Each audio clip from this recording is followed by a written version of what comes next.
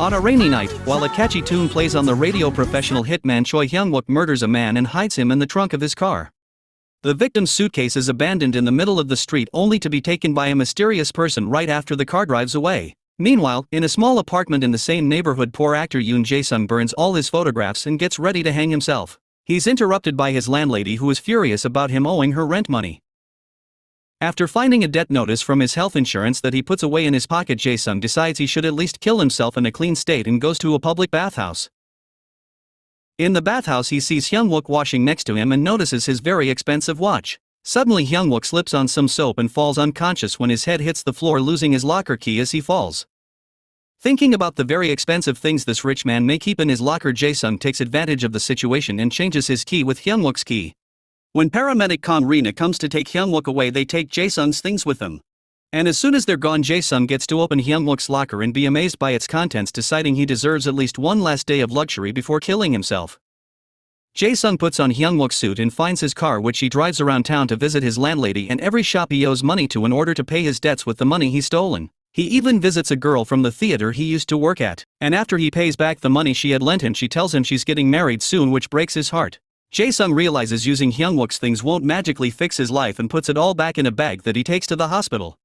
The plan is to exchange his stuff for Hyung-wook's while he's sleeping, but the man wakes up right before he can do anything. It turns out Hyung-wook is now an amnesiac and is calling himself Jae-sung. He asks the real Jae-sung if he knows him, but Jae-sung panics and leaves with the bag. After getting better, Hyun-wook is allowed to leave the hospital, but he can't pay the bill. When Rina comes to check on him, he asks her if she can lend him the money and he can pay her back later when he finds his home by following the address on the letter.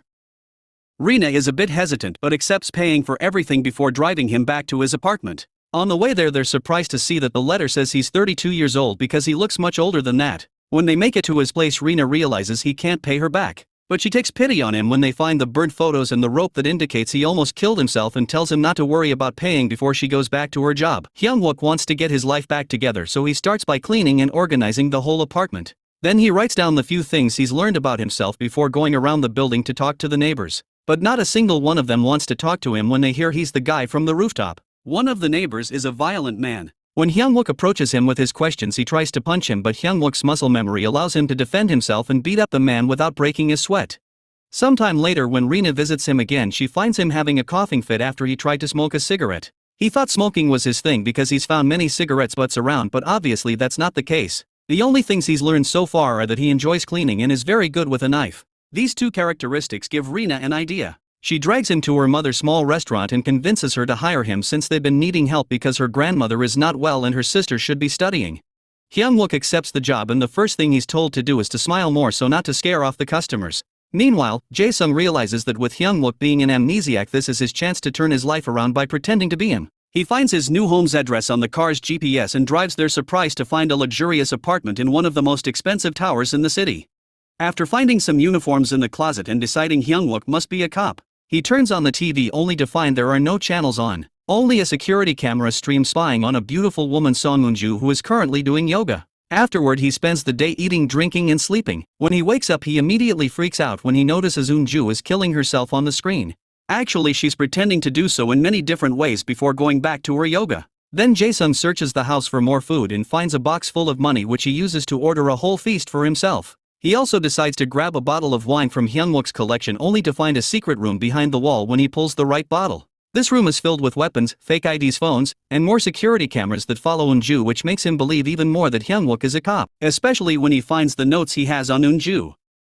She was the one to go to the police with a pen drive filled with information about the illegal activities of the company she used to work for. Watching her on the screen, he notices the same delivery guy that brought his own food and realizes she lives in the same building as he does. So he starts walking through every floor and ringing every doorbell to find her, but he fails. However, when he returns to his apartment, he notices on the TV that her exercising matches the noises he's hearing from the ceiling. This means Eun-ju lives exactly above him. He goes to see her and introduces himself under the excuse that neighbors should know each other. But after apologizing for the noise, she simply closes the door on his face. Back in the restaurant, Hyun-wook is making food. Each knife cut is thinner than paper. The dishes that passed through his hands turned into masterpieces, making customers not dare to move their chopsticks because they were so beautiful. Everyone has to admire his talent. In addition to cooking, he can also fold flowers with foil. The shop's business is growing day by day. Just because of his skills, he has made many fans. Also, Rina and his whole family is happy with him. One evening when turning a new page on the calendar he discovers there's an appointment made on the 25th and decides to go to see if he can learn more about himself. This appointment turns out to be meeting with some producers that pick up a bunch of actors in their van to act as extras in their shows. Hyung-wook tries his best in various roles but he is awful at all of them. At the end of the day after getting paid he can't help noticing that his name on the producer's paperwork has an old address listed which is Jae-sung's father's barbershop. He goes to visit the man only to hear him complain about what a loser his son is, although the calendar on the wall reveals he's been praying for his success. So Hyung-wook leaves without saying anything to him but also deciding he would become a good actor to make his father proud. In the meantime Jae-sung starts following Eun-ju around trying to make it seem like they come across each other by accident. One day when she's visiting her mother at the hospital he notices one of the men from her old company is following her. So Jae-sung grabs her and takes her to his car where she can hide safely thanks to the tinted windows. But she continues to be wary of him. When Thursday comes Jae-sung sees her packing her things and taking the suitcase with her to the middle of the street. As if she was waiting for someone but nobody comes. From then on both Jae-sung and Hyun-wook started working hard on their new lives. While still working at the restaurant Hyun-wook trains to become a better actor using various techniques like reading about methods acting, practicing, better pronunciation and a rigorous exercising regime. Jae-sung continues to follow Eun-ju around and pretending to bump into her by accident, slowly gaining her trust and friendship. Eventually they even start hanging out together and to help her have fun without leaving the building and putting herself in danger. He sends her gifts in the form of puzzles and even uses a projector to play movies under the darkness of the building's staircase. The two of them slowly begin falling in love with each other but Jae-sung still doesn't understand why every Thursday she stands in the middle of the street with her suitcase waiting for someone that doesn't come. Hyun-wook gets a role as an extra in a gangster-themed TV show as the bodyguard of a gang leader played by a very rude, selfish and mean famous actor. He takes his role too seriously and shows off his martial arts skills by protecting the leader from all the attackers, which is a big deviation from the script because obviously the star is the one that should beat up the bad guy. They reshoot the scene to follow the script correctly but this time the director isn't mad at Hyun-wook. He thinks his martial arts skills are fantastic and gives him the role of the gang leader's right hand. When the time comes for him to finally say his first line on the screen he butchers it and only says a few words but the director loves it and keeps it thinking it adds a certain impact to the character. The director's praise for Hyun-wook makes the main star incredibly jealous. Hyun-wook's action scenes make him extremely popular among the public, getting him attention from fans on the streets and the restaurant, which causes Rina to decide to become his agent. His popularity reaches such a stage that the writers decide to make his role bigger and his character starts having an affair with the leader's girlfriend, making the main actor even more jealous. When the day for his character to die comes, the gang leader hits him for real instead of pretending as an actor, but Hyun-wook uses it in his favor to make the scene more realistic. The character is so incredibly popular, however, that the writers bring him back from death and make him the gang leader in the next episode. One night, Jae-sung hears one of Hyun-wook's many phones ring and after some hesitation decides to pick up the call, which surprises the man on the other end of the line because Hyun-wook's rules say he should leave a message. The voice is a client of Hyun-wook that wants to know why Eun-ju's case isn't closed yet. So when he asks him to discuss this in person, Jae-sung accepts, covering his face with a face mask, sunglasses, and a cap.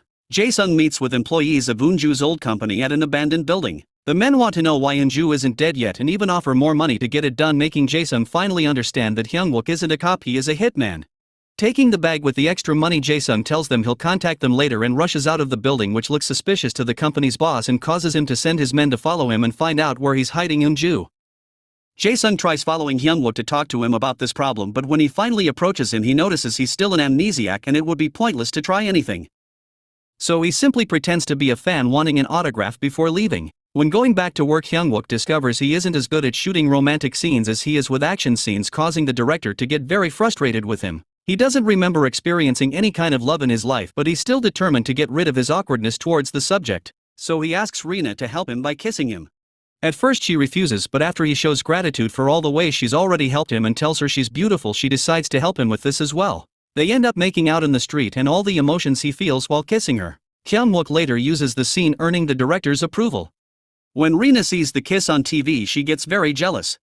So Hyun-wook tries to distract her by taking her and her family on a picnic. Another Thursday comes and Eun-ju goes out to the street to wait again. But this time she's approached by Jae-sung, who tells her the man she's waiting for won't come, and even if he did he would put her in danger. To make her believe his words, he tells her he's a cop that has been assigned to protect her. But he now cares about her and cannot watch from afar any longer. Jae-sung hugs Eun-ju, causing the spying company men that had hired Hyun-wook to think they're having an affair. So their boss asks them to hire someone else to take care of both. Since the men can't decide who the next best hitman is, they decide to call all four of them and hire whoever arrives first. What they don't know, however, is that all those hitmen they've heard about are just Hyung-wook's other names, and they're calling his many different phones that he keeps in the apartment. Hyung-wook, Rina, and her family have a great time together on the picnic and don't return home until night falls. It started to rain and the radio is playing the same catchy tune from the beginning as Rina stops the van in front of a red light at the same spot. Hyung-wook had heard that song many weeks ago. This combination of factors finally triggers his mind into remembering his old life, so after saying his goodbyes to Rina he returns to his old apartment, discovering all the messages on his phones requesting him to kill Eunju and Jae-sung. On the security cameras he sees Jae-sung take Eunju away, so Hyung-wook follows them into an apartment Jae-sung's recently rented to hide away from him and the company men. Jae-sung tries to keep him out of their place, but Hyung-wook kicks him off and scolds Eunju for having left the apartment, which isn't what they had agreed on. When Eunju points out she didn't know what to do because he never showed up, Hyung-wook explains what happened to him before correcting Jae-sung's accusations of being a hitman. Hyung-wook isn't an actual assassin, he just pretends to kill his victims, while in reality the assassination is all an act made with fake weapons and fake blood, which explains why Eunju's Jew had been practicing how to die while doing yoga. What Hyung-wook actually does is share the money he's been paid for these assassinations and shares it with the victims, providing them fake documents and a way to escape and get a new life away from the people that want them dead. The mysterious person from that rainy night that took the suitcase had been the victim himself, getting ready to leave. And this is why Eunju would wait with the suitcase as well.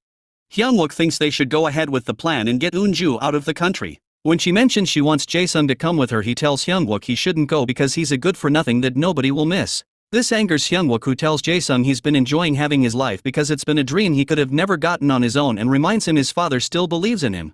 Thinking of this dream life he's always wanted, and now he can have, Hyung-wook decides to make a plan so all three of them can disappear under new identities. He calls the company men and asks them to meet them at an abandoned building where the three of them will be faking their deaths. Before going there, however, Hyung-wook wishes goodbye to Rina, telling her his memory is back and is quitting and they can't be friends anymore for her own safety.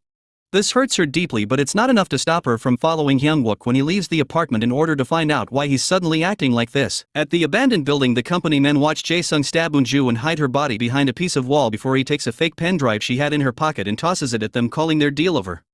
At that moment, Hyung-wook arrives pretending to be one of the 4 hired hitmen and begins fighting Jae-sung using both martial arts and knives. Their fight is pretty equal and they even manage to do some more fake stabbing, but they're suddenly interrupted by Rina, who demands an explanation. Hyung-wook pretends he doesn't know her and insults her to get her to go away, but this only makes her angrier. As she keeps on scolding him for his words, Hyung-wook tells Jae-sung to carry on the plan. So Jae-sung goes after him with a knife and Hyung-wook pretends to save Rina by getting between her and the weapon. Now they are together in the right spot. Eunju presses a button on a special remote control and drops a factory container on top of them, making it seem as if they have been crushed when actually the container is hollow and they're safely standing inside of it. To make it all more believable, they release a stream of fake blood that comes out from under the container. This is enough for the company men to believe they're dead, and they leave with the pen drive thinking it's the real one, relieved to see each other alive.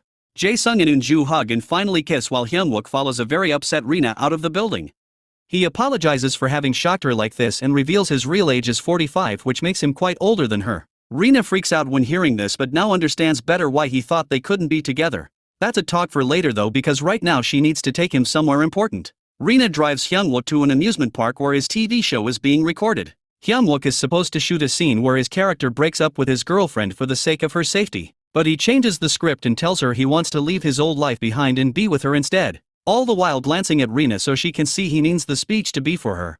This makes her incredibly happy, and as she nods to let him know she accepts his feelings afterward, Hyung-wook goes back to working at the restaurant where he's been accepted as part of the family. He also continues to work as an actor, and when the time comes for him to fight an enemy in the story, he's delighted to learn it'll be Jae-sung. Because of an unexpected incident, the useless man changed his life from a cold assassin, so now they can work together as a team, and the movie ends here.